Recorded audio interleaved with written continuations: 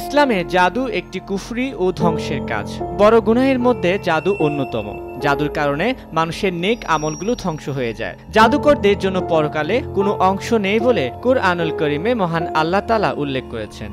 তারা ওই শাস্ত্র বা বিদ্যার অনুসরণ করল যা হযরত সুলাইমানের রাজত্বকালে শয়তানরা করত।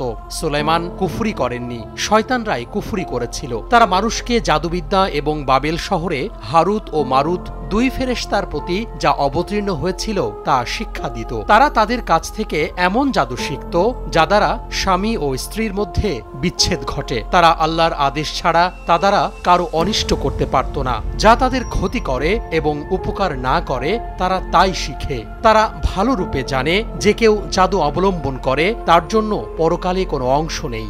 যার বিনিময়ে তারা আত্মবিক্রয় করেছে তা খুবই মন্দ যদি তারা জানত।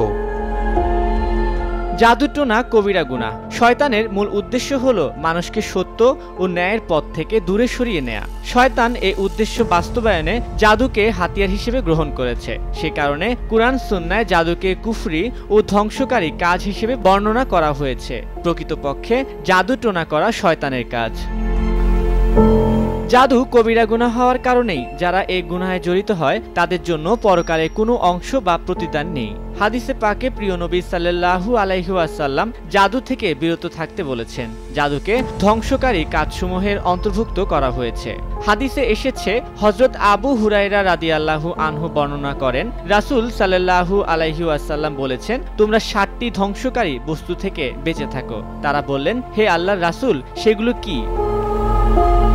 তিনি বলেন, আল্লাহর সাথে শরীক করা, জাদু করা, উপযুক্ত কারণ ছাড়া কাউকে হত্যা করা, আল্লাহ যা হারাম করেছেন তথা সুদ খাওয়া, এতিমের মাল খাওয়া, জিহাদের ময়দান থেকে পলায়ন করা, সতী সাধ্বী সরলমনা নারীদের প্রতি অপবাদ দেয়া।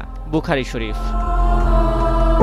জাদুটোনার প্রভাবে মানুষের মারাত্মক ক্ষতি হয়, এমনকি জীবনহানিও ঘটে। জাদু করতে কোনো মানুষের শরীরের চনি অর্থাৎ পশম, চোখের পাপড়ি, নখ, চামড়া, ব্যবহৃত পোশাক সংগ্রহ করা হয়। এর ফলে জাদুটোনার শিকার ব্যক্তি অসুস্থ কিংবা মারাত্মক ক্ষতির সম্মুখীন হয়। হাদিসের বর্ণনা থেকে জানা যায়, বনি জুরাইক গোত্রের লাবিদ বিন আসিম নামক এক ইহুদি রাসূল সাল্লাল্লাহু আলাইহি ওয়াসাল্লাম এর মাথার চুল মুবারক এবং তার ব্যবহৃত চিরুনির ভাঙা দাঁত এর মাধ্যমে তার উপর জাদু করেছিলেন।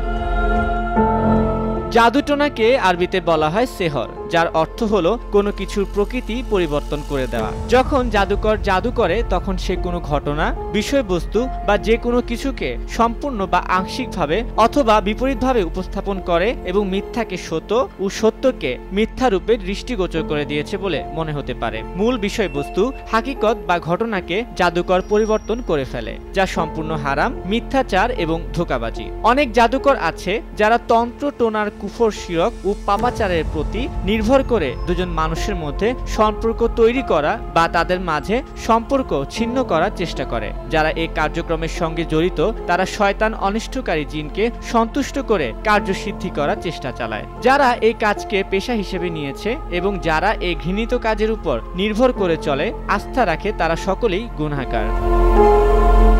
বেশিরভাগ ক্ষেত্রে জাদুটোনার মাধ্যমে মানুষকে কষ্ট দেয়া হয়। জাদুকরের গুনাহ শবে কদর বা শবে বরাতের মহামন্বিত রাতেও ক্ষমা করা হয় না। যে ব্যক্তি জাদু করে বা করবে বা যে এতে রাজি হবে সে কাফের বলে গণ্য হবে। পবিত্র কোরআন এবং হাদিসের আলোকে জানা যায়, পৃথিবীতে প্রথম জাদুবিদ্যার সঙ্গে মানুষ পরিচিত হয় হারুত ও মারুত নামে দুজন ফেরেশতার মাধ্যমে। আল্লাহ তাআলা সূরা বাকারাতে বলেছেন, হারুত ও মারুত কাউকে জাদু শিক্ষা দিতেন না যতক্ষণ পর্যন্ত এই কথা না বলতেন, নিশ্চয়ই আমরা তোমাদের জন্য পরীক্ষা স্বরূপ, সুতরাং আমাদের নিকট জাদু শিখে কাফের হয়ো না।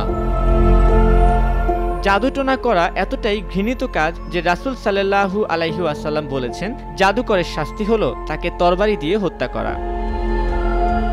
যারা জাদুটোনাতে জড়িত হয়ে যায়, এতে আস্থা রাখে, তারা কুফরিতে জড়িয়ে পড়ে এবং এ থেকে মুক্তিও পেতে পারে না। নবীজি বলেছেন, ৩ শ্রেণীর মানুষ বেহেশতে প্রবেশ করতে পারবে না। তারা হলো শরাবখোর বা মদ্যপায়ী, রক্ত সম্পর্কীয় আত্মীয়তা ছিন্নকারী, জাদুর প্রতি আস্থা স্থাপনকারী। পূর্বে নবী রাসূলদের সময়কালেও জাদুটোনার প্রচলন ছিল। হযরত মুসা আলাইহিস সালাম যখন আল্লাহর মুজিজা পেয়েছিলেন, তার বিপরীতে ফেরাউন বড় বড় জাদুকরদের ডেকে এনে জাদু দেখানোর নির্দেশ দিতেন। তবে আল্লাহর নবী হযরত মুসা আলাইহি ওয়াসাল্লাম মুজিজার কাছে এইসব জাদুকরদের প্রচেষ্টা ব্যর্থ হতো। হযরত সুলাইমান আলাইহি ওয়াসাল্লামের কালেও জাদুবিদ্যার বিস্তার লাভ করেছিল।